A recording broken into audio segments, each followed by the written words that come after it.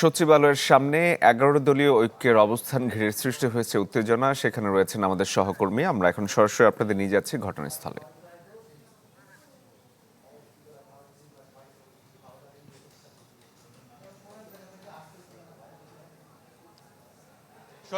শরীফ, আমি এখন বর্তমানে রয়েছে সচিবালয় এবং এখানে কিন্তু জামায়াত সহ যারা ১১ দলীয় ঐক্য রয়েছে তারা কিন্তু প্রতিবাদ করছিল নানা সমস্যা নিয়ে। আমরা জানি যে দীর্ঘদিন ধরে গ্যাসের সংকট রয়েছে, তাছাড়া যে কারেন্ট বিল আছে, বিদ্যুৎ বিল আছে, তা নিয়েও কিন্তু সমস্যা রয়েছে, দুর্ভোগের কথা জানিয়েছে। এবং এ নিয়ে মূলত কিন্তু যারা জামায়াত ইসলামী সহ ১১ দলীয় ঐক্যের নেতাকর্মীরা রয়েছে তারা কিন্তু আজকে পল্টনে একটি সমাবেশ করেছে এবং সমাবেশ করে প্রায় জেডআই ওয়াটার ট্যাঙ্ক দিচ্ছে আজীবন ওয়ারেন্টি। জেডআই ওয়াটার ট্যাঙ্ক, পানির সুরক্ষায় টেকসই সমাধান।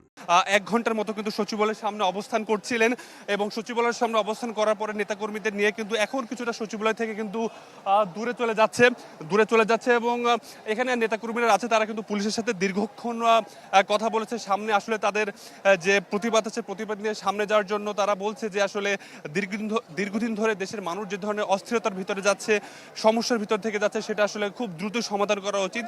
আপনারা দেখতে পাচ্ছেন এখানে যারা পুলিশ রয়েছে, পুলিশ কিন্তু সচিবালয়ের সামনে অবস্থান করছেন যেন যে কোনো ধরনের অনাকাঙ্ক্ষিত অবস্থা মোকাবেলা করা যায়। এখানে ছিলেন বিরোধী দলীয় চিফ হুইপ যিনি নাহিদ ইসলাম, তিনিও কিন্তু এখানে ছিলেন। জামায়াত ইসলামের যিনি আমির রয়েছে ডাক্তার শফিকুর রহমান, তিনিও এখানে উপস্থিত ছিলেন এবং এখানে দেখতে পাচ্ছি যারা পুলিশের ঊর্ধ্বতন কর্মকর্তা রয়েছে তাদের সাথে কিন্তু জামায়াত ইসলামের যারা শীর্ষ নেতৃবৃন্দ রয়েছে তারা কিন্তু এখানে বৈঠক করছে। তারা আসলে জানার চেষ্টা করছে কেন তারা আসলে সামনের দিকে যেতে পারবে না।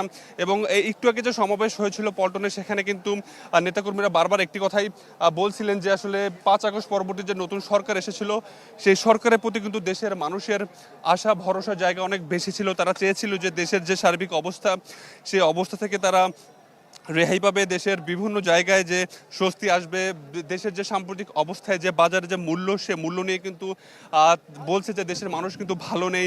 প্রতিটি জিনিসপত্রের দাম বেড়ে গিয়েছে এবং গ্যাস সংকটের কারণে যারা শ্রমজীবী মানুষ রয়েছে, বিভিন্ন কলকারখানা বন্ধ হয়ে যাচ্ছে, মানুষ চাকরি হারাচ্ছে, এই নিয়ে কিন্তু তারা প্রতিবাদ জানিয়েছে। এবং নাহিদ ইসলাম যিনি বিরোধী দলীয় তিনি সংসদের চিফ হুইপ রয়েছেন, তিনি বলেছেন যে আসলে সরকার যে ৫ মাসে রয়েছে সে ৫ মাসে তেমন কিন্তু সফলতার পরিচয় দিতে পারেনি।